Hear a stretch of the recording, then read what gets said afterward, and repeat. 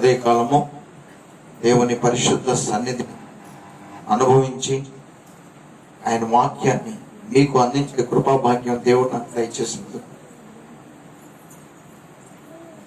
మొదట నేను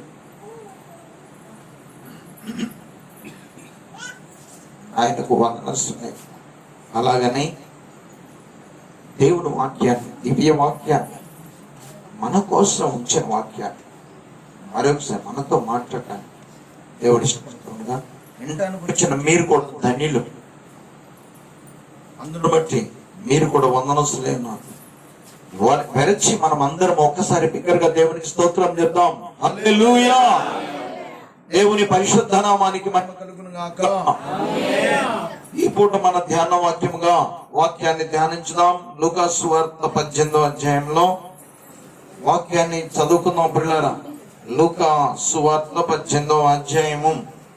దేవుడు తనను అడిగేవారు ఇసుకక ఎల్లప్పుడూ అడగాలని ఆయన ఇష్టపడుతున్నాడు. హల్లెలూయా. ప్రజలకు ఒకసారి కంటే 2 సార్లు కంటే ఎక్కువ అడగడం ఇసుక పిల్ల. మనుషుల దగ్గర మీరు ఒకవేళ ఇసుకపడినా దేవుణ్ణి అడిగే విషయంలో మీరు విసుగుపడవద్దు అని, విసుగక మీరు అడుగుతూనే ఉంటే మీరు పొందుకునేవి నిశ్చయముగా పొందుకుంటారు అని దేవుడు మనల్ని బలపరచాలని ఆశపడుతూ ఉన్నాడు. ఆయన ఆశ నెరవేరుద్దామా? మేము అలా ఇసుక చెందము, మేము ఇసుక్కోము అని మనల్ని మనం సిద్ధపరచుకుందాం. దేవుని వాక్యపు వెలుగులో పిల్లరా 18వ అధ్యాయం మొదటి నుంచి మనం చదువుకున్నట్టయితే,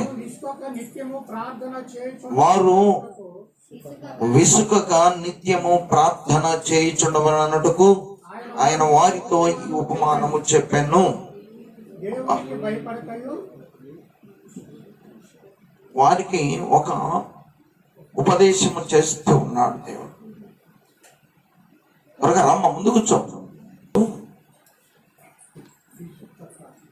మీ ప్రాణాన్ని ప్రేమించి ఒక పక్క మీరు మీ ప్రాణాన్ని పెట్టుకొని ఒక పక్క నన్ను పెట్టుకుని ఆలోచించండి.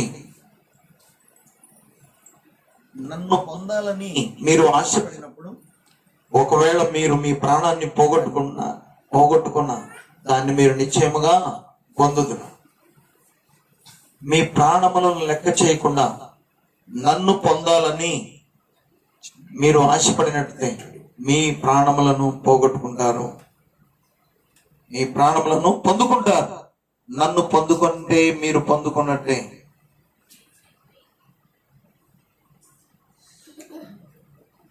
ముప్పై 33వ వచనం మనం 17వ వచనం చదువుకున్న తర్వాత 18వ అధ్యాయంలోకి వెళ్దాం. 17వ అధ్యాయం 33.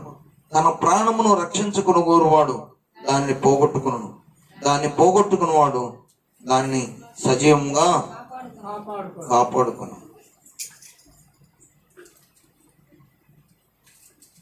ఏందండి? తన ప్రాణమును రక్షించుకునుగా కోరువాడు దానిని పోగొట్టుకును, దాన్ని పోగొట్టుకున్నవాడు దానిని సజీవముగా కాపాడుకును. హల్లెలూయా. అంటే అర్థం ఏంటి? నేను ఎక్కువసేపు దేవుని సన్నిధిలో ఉండలేను, నేను ఎక్కువసేపు దేవుని సన్నిధిలో మోకరించలేను, నేను ఎక్కువసేపు దేవుని సన్నిధిలో కనిపెట్టుకుని నాకు మహా ఇసుకు, నా ప్రాణం ఎంత అల్లాడుతూ అనుకున్నారు. ఇలా నేను కనిపెట్టుకుని ఒకవేళ నా ప్రాణం పోతేమో, అమ్మో నా ప్రాణానికి ఇబ్బంది కలిగించు. ఓ భక్తుడు పాట పాడాడు, ప్రాణమ్మ స్తుతించము జీవము గల పడవమ్మ పాస్టమ్మ కొట్టవేయడము.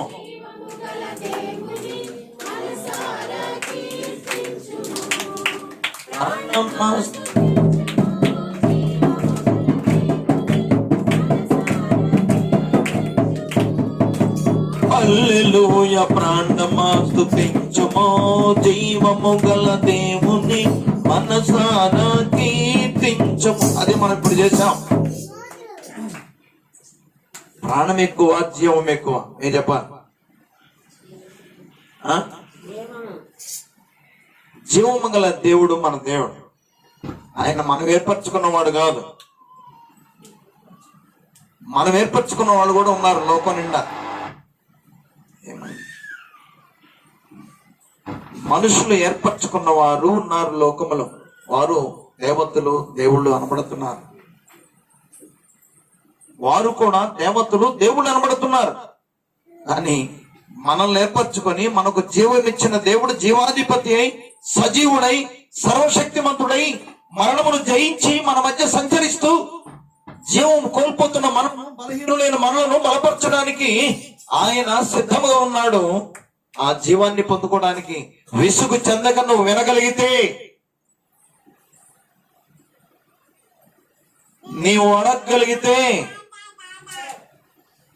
ఇది కాన్సెప్ట్ ఆఫ్ గాడ్, దేవుని యొక్క ఉద్దేశం.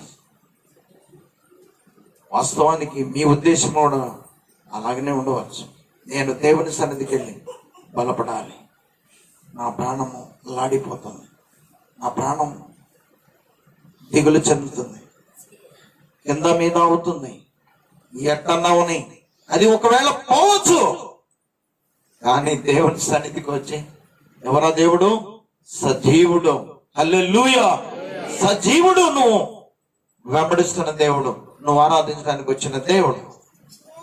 నీవు విసుకక ఆయన అడిగినట్టయితే, ఒకవేళ నీ ప్రాణము, తన కీర్తనలో అంటున్నాడు, నా ప్రాణమా, నా అంతరంగమందున్న సమస్తమా నీకు మేలు చేసిన దేవుణ్ణి ఏ మాత్రము విసుకక, నిర్లక్ష్యము చేయక, అలసత్వ చెందక, అలసత్వము లేకుండా ఆసక్తితో, అత్యాశతో నువ్వు ఆరాధించావు.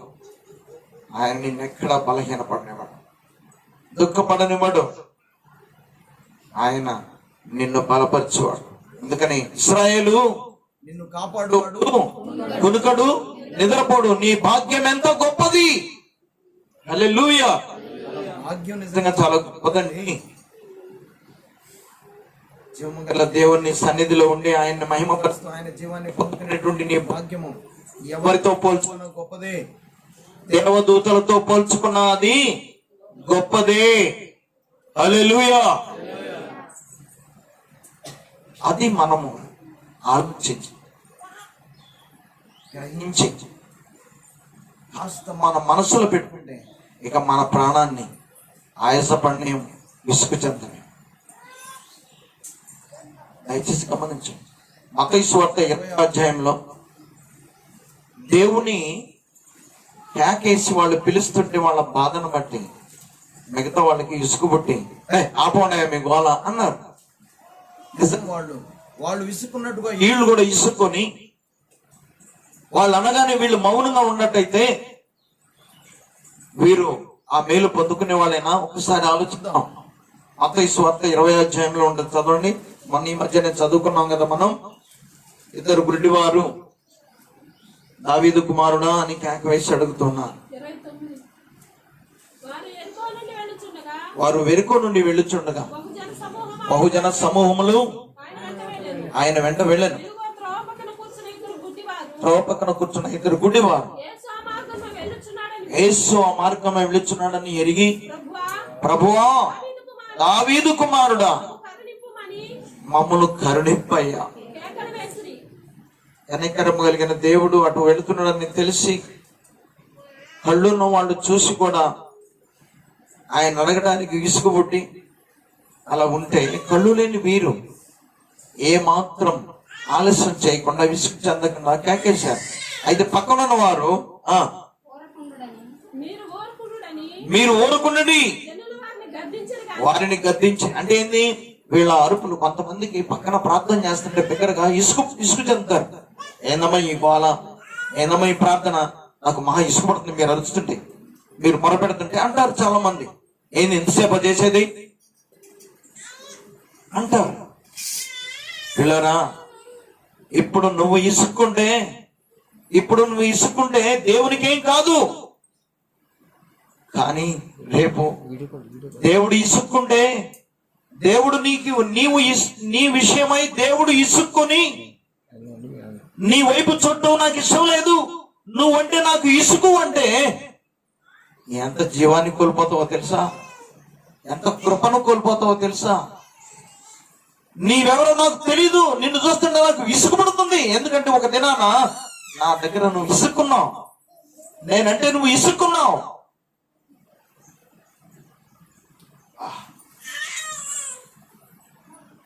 ఆయన ఇసుక్కుంటే మన ఉనికికే ప్రమాదం, మన సంతోషానికే ప్రమాదం, మన ఆనందానికే ప్రమాదం, మన జీవితానికే ప్రమాదం. ఆయన ఇసుకొని ఒకసారి జీవాన్ని బయటికి ఆయన వెనక్కి తీసుకుంటే అర్థమైందా? 104వ అధ్యాయమా కీర్తన గ్రంథం. నీ ఒక్కసారి మా విషయమే కలత చెందితే, నీవు నీ జీవాన్ని ఆపితే, వెనక్కి తీసుకుంటే ఉన్నదా?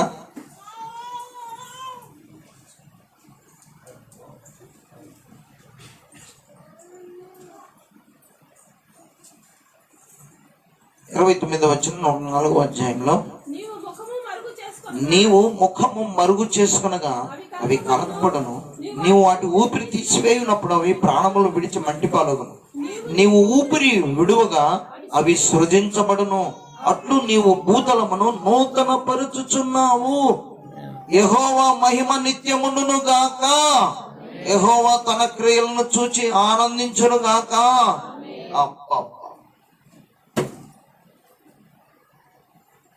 చూడండి పిల్లారా, దేవుడు చెప్తాడు, ఆయన ముఖం మనకు కనపడకుండా మరుగు చేసుకున్నాడు అనుకో,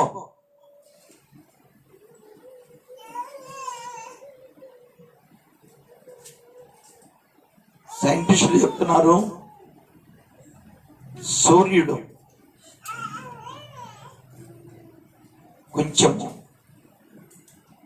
ఎడమైపోతే, సూర్యుడు మనకు కనపడకపోతే జీవరాశి అంతా నశించిపోతాడు. ఆ సూర్యుడిని మనకు పరిమితి దూరంలో ఉంచి తగు మాత్రమే ఆ వెలుగుని వేడిని ఇచ్చి ప్రతి జీవి ఈ భూమి మీద జీవించడానికి అనుమతిస్తే, సూర్యుడు ఏ మాత్రం తన యొక్క వేడిని కిందకు రానియకుండా దూరం చేయకుండా దేవునికి భయపడి తన వెలుగును ప్రకాశింపచేస్తాడు. ఆయన కోటి సూర్యుల తేజస్సు కంటే మహిమ కలిగిన దేవుడు. ఆయన నిన్ను ఆశీర్వదించాలనుకుంటున్నాడు. నువ్వు విసుక్కుంటే ఆశీర్వాదం నువ్వు పోగొట్టుకుంటున్నావు. నువ్వు విసుగొద్దా, ఆసక్తితో ఇష్టముగా నా దేవుణ్ణి నేను ఈ దినాన కలుసుకోవాలి, ఆయన ఆశీర్వదించిందాక. చూడండి, ఆ గుడ్డి వారిద్దరిని వారు ఆపారు ఇసుకొని. వారి మాట విని వీరు గనక అలా ఆపినట్టయితే, వారు అడగకుండా ఆయనకు కేక వేయకుండా ఉంటే దేవుడు వారికి సమీపించేవాడు కాదు, వారి మన వినేవాడు కాదు, వారి గుడ్డితనం పోయేది కాదు. ఇదేంటి గారు, మన మత్తయి సువార్త 15వ అధ్యాయంలో చూస్తే ఒక స్త్రీ ఉన్నది. ఆమెను చాలా విసిగింపచేశాడు దేవుడు. ఈమెను విసిగిస్తే అసలు ఈమె విశ్వాసం ఏమాత్రం నిలబడదో అని 3 విధాలుగా ఆమెను విసిగిస్తే ఆమె ఇసుకోకుండా ఎలా మొరపెట్టిందో చూడు. అలాంటి బుద్ధి జ్ఞానం నీకుంటే నా ప్రియ సహోదరి సహోదరుడా, ఈ పూట నీవు నీ బాధను పోగొట్టుకుంటావు. హల్లెలూయా. నీవు నీ హృదయాన్ని పగలగొట్టుకుని ఓపెన్ అని, ప్రభు నేను చాలా విసుగు చెందాను, నా శరీరానికి అనుకూలంగా ఉన్నప్పుడే నేను భక్తి చేశాను, నా ప్రాణం ఆయాసపడకుండా దుఃఖపడకుండా ఉన్నప్పుడే సంతోషంగా ఉన్నప్పుడే నేను భక్తి చేశాను, కానీ ఇప్పుడు నేను దుఃఖంలో ఉన్నాను, బాధల్లో ఉన్నాను, నా ప్రాణం వేదన చెందుతున్నది ప్రభు. అయితే ఇప్పుడు నేను హృదయపూర్వకంగా అది ఏమైనా దాన్ని లెక్క చేయకుండా అది పోయినా సరే జీవమునిచ్చేవాడు, అయ్యా నీకు మొరపెడుతున్నాను, నన్ను కనికరించు అని. నీ శరీరం ఎన్ని మార్పులు జరిగినా, నువ్వు లేచి బయట బారికి ప్రార్థన చేయబట్టుకొని ఒత్తిడి చేసినా, నీ ప్రాణం ఆయాసపడుతున్నా, ఆందోళన చెందుతున్నా, కలవరపడుతున్నా, యేసు నిన్ను బలపరచబోతున్నాడు అని నీ శరీరం నిన్ను ఇసుకు పెట్టినా నీవు అలాగ దేవునికి మొరపెడితే, ఆ స్త్రీ చూడండి పిల్లరా, ఆమె ఏమైనా ఇసుకు చెందిందా? మనమైతే మొదటిసారికి మూతి ముడుచుకొని వెళ్ళిపోతాం. పోయా నువ్వు కాకపోతే ఇంకో పాస్టర్ గారు ఉన్నాడు, నాకు అనుకూలంగా ప్రార్థన చేసే పాస్టర్లు చాలా మంది ఉన్నారు అని పోతా. అర్థమైందా? యేసయ్య ఆ స్త్రీని అంటున్నాడు, అసలు ఆయనతో మాట్లాడటానికి కూడా ఇష్టం లేదు. 15వ అధ్యాయం చదవండి, 21వ వచనం నుంచి. యేసు అక్కడ నుండి బయలుదేరి మత్తయి సువార్త 15వ అధ్యాయము. ఇదిగో ఆ ప్రాంతం నుండి కనాను స్త్రీ ఒకటి వచ్చి, ప్రభువా దావీదు కుమారుడా నన్ను కరుణింపుము, నా కుమార్తె దయ్యము పట్టి బహుబాధపడుచున్నదని కేకలేసి. అందుకు ఆయన ఆమెతో ఒక్క మాట ఆయనను చెప్పలేదు. అప్పుడు ఆయన శిష్యులు వచ్చి, ఈమె మనం వెంబడి వచ్చి కేకలు వేయించున్నది కనుక ఈమెను పంపివేయమని ఆయనను వేడుకొనగా, ఆయన ఇశ్రాయేలు ఇంటి వారే నశించిన గొర్రెల యొద్దకే గాని మరి ఎవరి యొద్దకును నేను పంపబడలేదని చెప్పాడు. అయినను, చూడండి పిల్లరా, అయినను ప్రభు ఇయ్యాలి కాబట్టి రేపైనా నీ కనికరం నేను పొందుకుంటాను అయ్యా, నీ దయ నేను పొందుకోవాల్సిందే. ఇవాళ తగ్గలేదా, రేపైనా నన్ను కరుణిస్తావు. ఉదయం తగ్గలేదు, మధ్యాహ్నమైన నీ దయ పొందుకుంటా, సాయంత్రమైన నీ కృప పొందుకుంటా. నేను నిన్ను విడిచిపెట్టాను ప్రభువా, విడిచిపెట్టాను ప్రభువా, యేసయ్యా. ఇదండి, ఇలా నీవు మొరపెడితే, కుంటి సాకులు చెప్పకుండా, నీ శరీరంకు అనుకూలంగా నువ్వు ప్రవర్తించకుండా, దాన్ని ఎర్రకొట్టి నల్లకొట్టి దేవుని సన్నిధిలో దేవుని పాదాల మీద నువ్వు పడేస్తే హల్లెలూయా.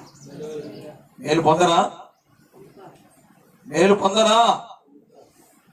ఈమె మూడోసారి కూడా ఏమన్నాడు తెలుసా? ఇంకా కఠినమైన మాట అంటున్నాడు.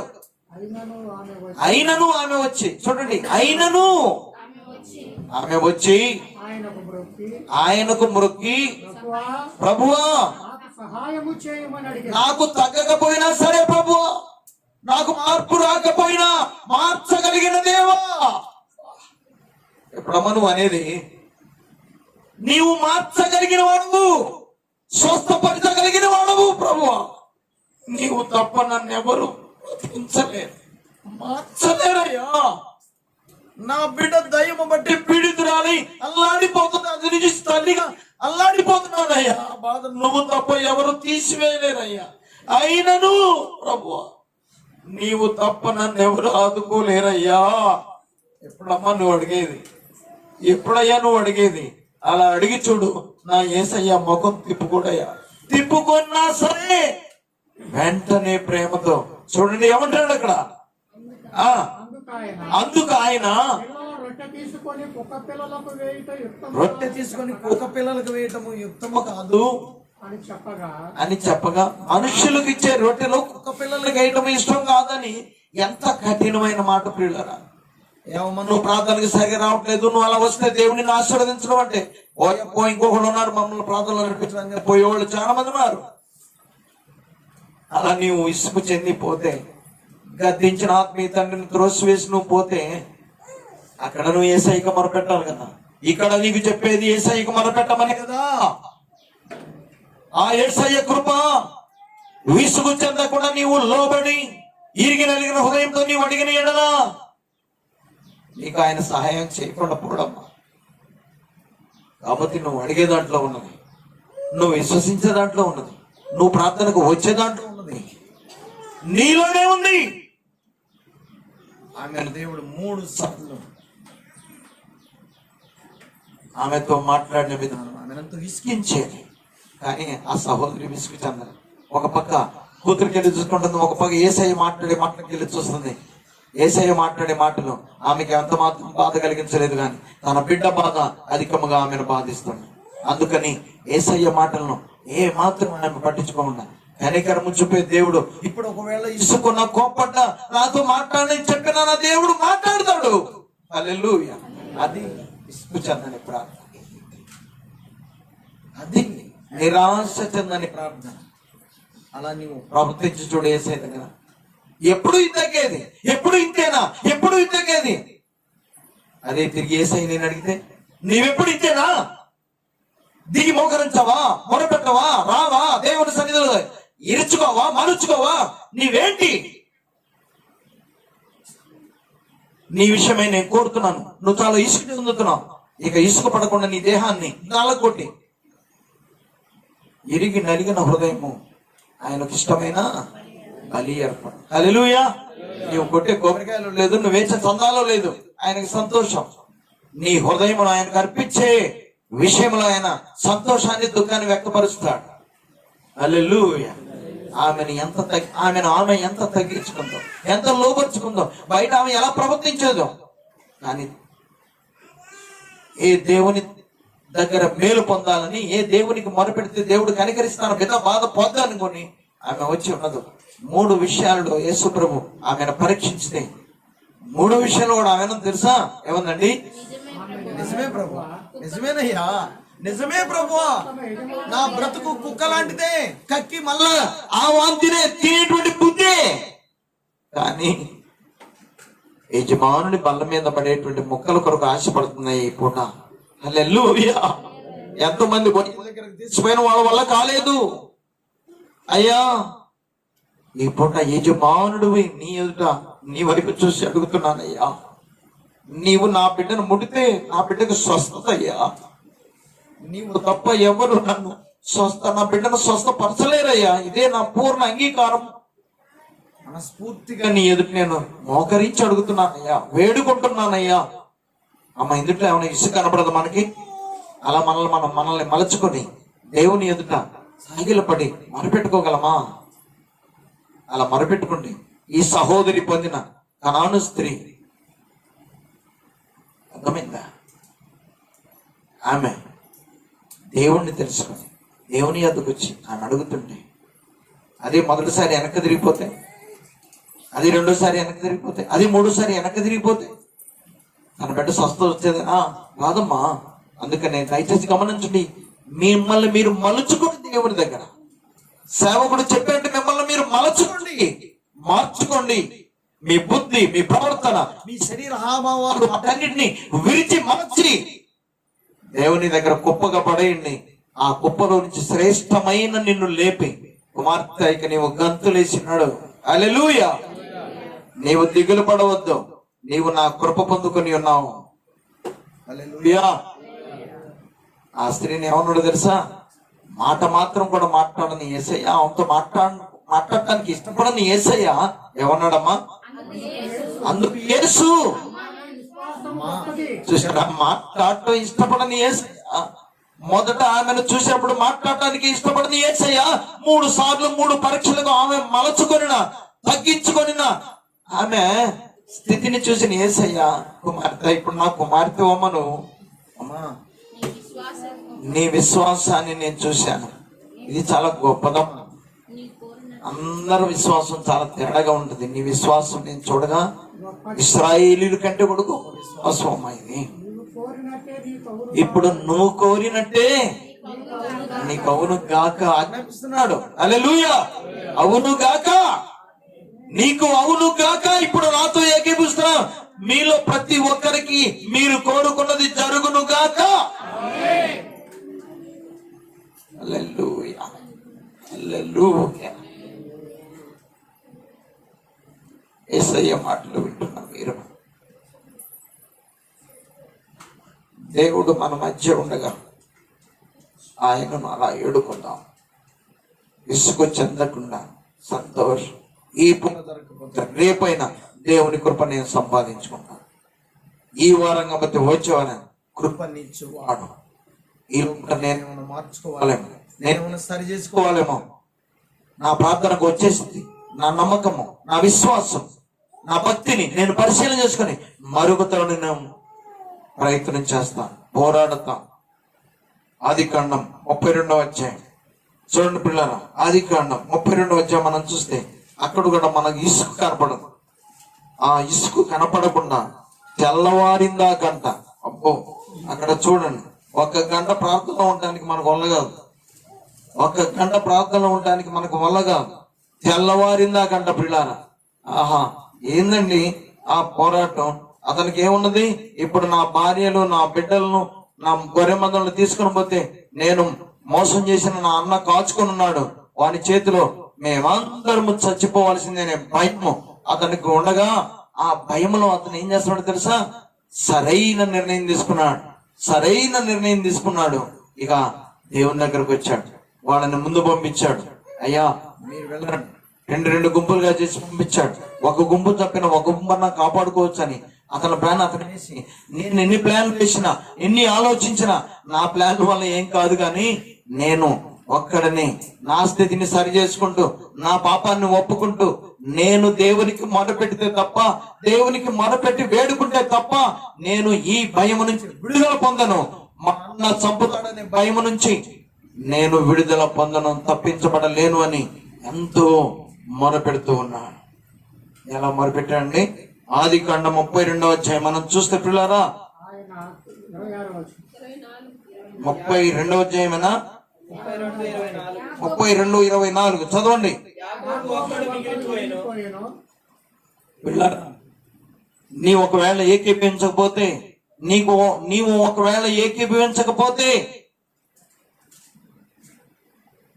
కుటుంబ సభ్యులు ప్రార్థన చేయమని నీకు మొరపెడుతుంటే నువ్వు ఏకీభవించకపోతే ఒక దినం నువ్వు ఒక్కడవే మిగలాల్సి వస్తుంది, ఒక్కదానివే మిగలాల్సి వస్తుంది.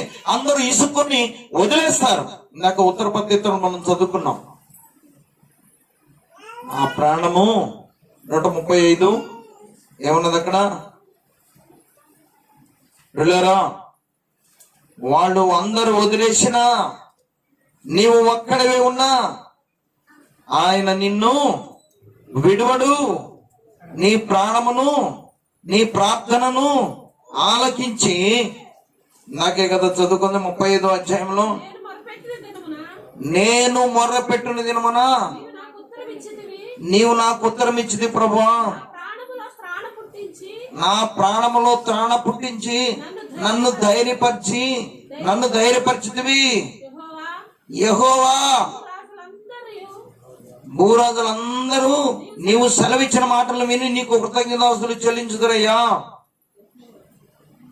6వ వచనము, యెహోవా మహోన్నతుడైనను, ఆయన దీనులను లక్ష్య పెట్టును, ఆయన దూరం నుండి గర్విష్ఠులను బావుగా ఎరుగును. నేను ఆపదలో చిక్కుబడి ఉన్నాను, నీవు నన్ను బ్రతికించెదవు. నా శత్రువుల కోపం నుండి నన్ను రక్షించుటకై నీవు నీ చేయి చాపిదవు, నీ కుడి చేయి. హల్లెలూయా. నీవు నన్ను నేను, నీవు నన్ను నేను. దేవుడు అతనికి చాలా మంది ఉన్నారు, కానీ ఆఖరికి ఒక్కళ్ళు మిగిలిపోవాల్సి వస్తుంది. అమ్మో ఇప్పుడు నీ దగ్గరకు రాను, పిల్లలకి ఏమన్నా వస్తేమో వాళ్ళు వదిలేస్తారు. అర్థమైందా పిల్లలు? ఇక కట్టుకున్న వాళ్ళు కూడా, భార్య చిన్నగా దూరం అవుతుంది, భర్త చిన్నగా దూరం అవుతాడు. ఎంత చెప్పినా వింటలేదు, ఏం లాభం, నేను ఇంత చెప్పిన వింటలేదు అని భర్త, ఏం లాభం, ఆ భర్త ఎంత చెప్పినా వింటలేదని భార్య చిన్నగా దూరం అయిపోతారు. ఇక ఆఖరికి ఎవరు ఉండాలి? ఒక్కళ్ళమే ఉండాలి. యాకోబు ఒక్కడే మిగిలాడు. ఒక్కడే మిగిలి ఎవరిని కలుసుకుంటున్నాడు? ఇంకెవరిని కలుసుకోకుండా యాకోబు ఒక్క నరుడు తెల్లవారు వరకు అతనితో పెనుగులాడెను. తాను అతని గెలవకుండా చూచి తొడగూటి మీద అతన్ని కొట్టెను. అప్పుడు అతడు వసిలేను. ఆయన తెల్లవారుచున్నది కనుక నన్ను పోనిమ్మని అతడు, నీవు నన్ను ఆశీర్వదించితేనే గాని ఇందులో ఇసుకున్నదా? నీవు నన్ను ఆశీర్వదించితేనే గాని. అంటే ఎంత సమయం తెల్లవారుజులు. ఒక గంట ప్రార్థన చేద్దామంటే ఉండలే. ఒక గంట నేను నిద్రపోతాను, నువ్వు ప్రార్థన చేయి. ఏంటండి ఇది? బాగుంటుందా? ఈ వర్ష బాగుంటుందా? నా ప్రాణాన్ని ఆయాసపరచొద్దు, నా ప్రాణం నెమ్మది పొందుద్ది, నా పక్షాన్ని నువ్వు మొరపెట్టమంటావు. ఎంత మాత్రం మంచిది కాదు. నీ ప్రాణాన్ని లెగ్గొట్టి మేల్కొల్పి దాన్ని ఆయాసపరిస్తే ఆ ప్రాణం హల్లెలూయా తెప్పరిల్లుకుంటది. త్రాణ పుట్టిస్తాడు, తెప్పరిల్లుకుంటాడు. 69వ కీర్తన గ్రంథం 32వ వచనం. 69వ కీర్తన గ్రంథం ఏంటంట, వారు ఎవరు బలహీనపడినారు, ఎవరు కృంగినారో, ఎవరు దుఃఖములో మునిగి ఉన్నారో, ఎవరు పీడితులై ఉన్నారు, దురాత్మల, అంధకార శక్తుల, దయ్యముల, రోగముల, అది భయంకరమైన రోగమా అయినప్పటికీ ఆ రోగములోని ఇంకా నేను చనిపోలేదు కనుక నా దేవునికి మొరు పెడతాను, నా దేవుని వేడుకుంటాను, నా దేవుడు ఉండగా నాకేం భయం, నేను విసుగక ఆయన మొరపెడతాను, ఆయనకు మొరపెడతాను అంటే ఎంత బాగుంటుంది పిల్లారా. చదవండి కీర్తన గ్రంథం. బాధపడ్డారు దాన్ని చూసి సంతోషించదురు, దేవుణ్ణి వెతకువారులారా మీ ప్రాణము ఏమైందండి. విసుగుపడితే నీ ప్రాణం ఎక్కడున్నది, ఎట్లున్నది అట్లే ఉంటది. లెగిచి ఎతికితే, విసుగు చెందకుండా ఎతికితే, ఇసుగు చెందకుండా యేసయ్య కృప కోసం ఎతికితే నీ ప్రాణము తెప్పరిల్లుద్ది. హల్లెలూయా. తప్పరిల్లక ఆందోళనతో, దుఃఖముతో, బాధతో బాధపడుతున్న వాళ్ళను బాధపడవద్దు, భయపడవద్దు, ఆశపడండి. దేవుని స్వస్థపరిచే దేవుడు, బలపరిచే దేవుడు, ధైర్యపరిచే దేవుడు, విడిపించే దేవుడు, మన ప్రాణమునకు నెమ్మదిచ్చే దేవుడు. ఎంత మాత్రం మనం భయపడవలసిన పని లేదు. హల్లెలూయా. మనం ఆయన్ని హృదయపూర్వకంగా వెతకగలిగితే దేవుడు మనల్ని బలపరచగలడు. యేసు ప్రభువారు వారితో చెప్తున్నాను, లూకాసు వార్త 18వ అధ్యాయం ఒక ఉపమానం చెప్పాడు. వాళ్ళకి అర్థమవుతుందని ఒక కథ చెప్తున్నాడు. ఏంటండి ఆయన అంటున్నాడు, ఒక కఠినుడైనా చెప్పండి న్యాయాధిపతి ఉన్నాడు రా, దేవునికి భయపడకయు మనుషులను లక్ష్య పెట్టకయు న్యాయాధిపతి ఒక పట్టణంలో ఉన్నాడు. ఆ పట్టణంలో ఒక విధవరాలు ఉన్నది. ఆమె అతని యొద్దకు తరచుగా వచ్చి నా ప్రతివాదికి నాకు న్యాయము తీర్చమని అడుగుచూ వచ్చాను గాని అతడు కొంతకాలము ఒప్పకపోయాను. తరువాత అతడు, నేను దేవునికి భయపడకయు మనుషులను లక్ష్య పెట్టకయు నిన్నను ఈ విధవరాలు నన్ను తొందర పెట్టుచున్నది కనుక ఆమె మాటికి వచ్చి గొజాడుకున్నట్లు ఆమెకు న్యాయము తీర్చునని తనలో తాను అనుకున్నాను. మరియు ప్రభు ఇట్లన్నాడు, అన్యాయస్తుడైన ఆ న్యాయాధిపతి చెప్పిన మాట వినుడి. దేవుడు తాను ఏర్పరచుకున్న వాడు దివారాత్మలు తన్ను గురించి మర్రపెట్టుకొని చూడగా వారికి న్యాయము తీర్చడా? మీరు అడుగుతూ ఉన్నట్టయితే న్యాయము తీర్చడా? మేలు చెయ్యడా?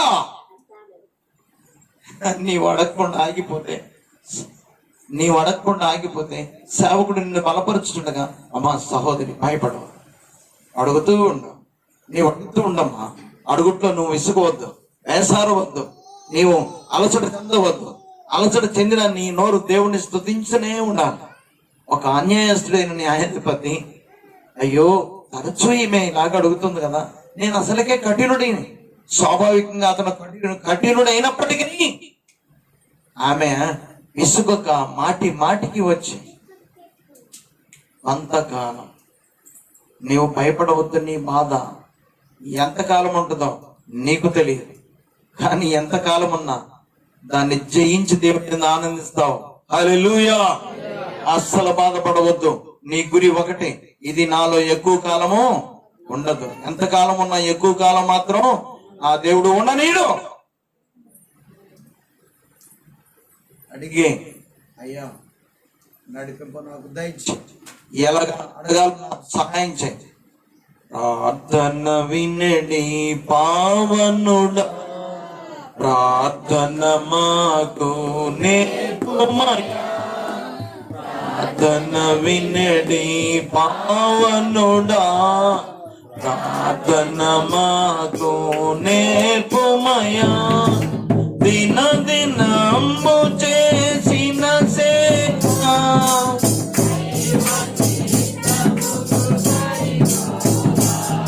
ఒక్క నిమిషం ఆగండి. దినదినము అని ఉందా? ఒక దినమని ఉందా? దినదినము అని ఉందా? నీవు పొందేదాకా చేయాల్సిందే.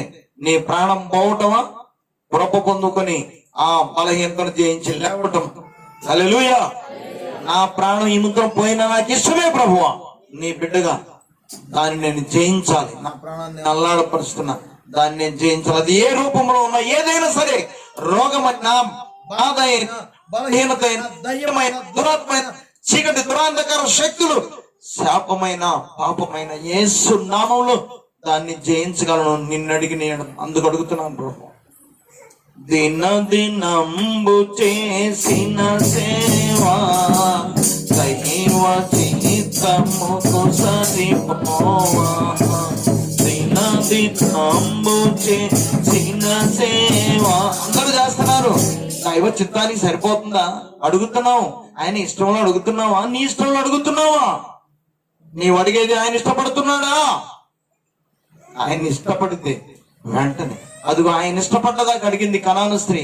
అప్పుడు మాట్లాడటం ఇష్టపడని ఆయన ఇక మాట్లాడటం మొదలు పెట్టాడు. ఏమని? ఓ అమ్మో ఏందమ్మా ఇసుకున్నాడు ఆయన. ఆయన ఇసుకోలా, ప్రేమతో కరుణతో అమ్మా అమ్మా నీ విశ్వాసాన్ని చూశానమ్మా, ఎంత గొప్పది నీ విశ్వాసం. ఈ విశ్వాసం ఇశ్రాయేల్లో కూడా లేదమ్మా. నీ విశ్వాసం చాలా గొప్పదమ్మా. నీవు అనుకున్నట్టే ఈ సమయంలోనే నీవు అనుకున్నట్టే జరుగును గాక. నిన్ను కూడా అలా పిలవపోతున్నాడు దేవుడు. నిన్ను కూడా అలా పిలవాలనుకుంటున్నాడు దేవుడు. కొంచెం ఆలస్యంగాని నువ్వు బాధపడవద్దు.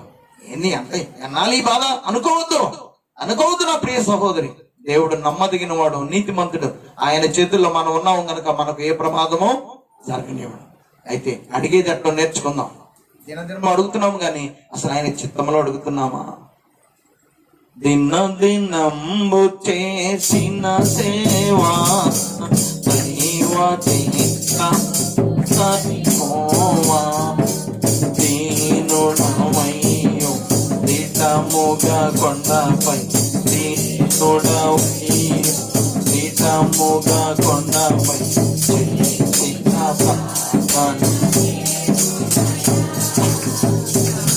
ఆగండి. దీనుడయ్యాడంట, దిట్టముగా సిద్ధపరచుకున్నాడంట, కొండెక్కాడంట, రాత్రంతా మొరపెట్టాడు. ఆ ప్రార్థన పరమ తండ్రిని సంతోషపెట్టిందంట. ఆ శరీరము కొండ దిగి వచ్చిన తర్వాత అన్ని కార్యాలు చేయడానికి పరమ తండ్రి సహాయపడ్డాడంట. అందుకనే ప్రార్థన జ్ఞానపని పాడుతున్న భక్తుడు ఏమని పాడుతున్నాడు? దీనుడవయ్యో దిట్టముగా కొండపై, దీనుడవయ్యో దిట్టముగా కొండపై చేసిన ప్రార్థన నేర్పుమయ్యా. ప్రార్థన వినడి పావనుడా, ప్రార్థన మాకు నేర్పుమయ్యా. నీ ప్రార్థన వినబడట్లేదేమో, విసుగు చెందమా, విసుగు కోప్పడబా. పక్కన వాళ్ళ మీద కోప్పడితే ఇంకా ఆయనకు కోపిస్తున్నావు. పక్కన వాళ్ళను క్షమించకపోతే, పక్కన వాళ్ళను కనికరించకపోతే మరి నీ పాపాలు క్షమాపణ ఎక్కడొస్తుంది? అదేమంటే నా వాళ్ళని ఇసుకుంటున్నా, నా వాళ్ళ మీద నువ్వు కోపడదు. నీ వాళ్ళనైనా నీవు కనికరించాలి, క్షమించాలి. అప్పుడే నీ క్షమాపణ కదా.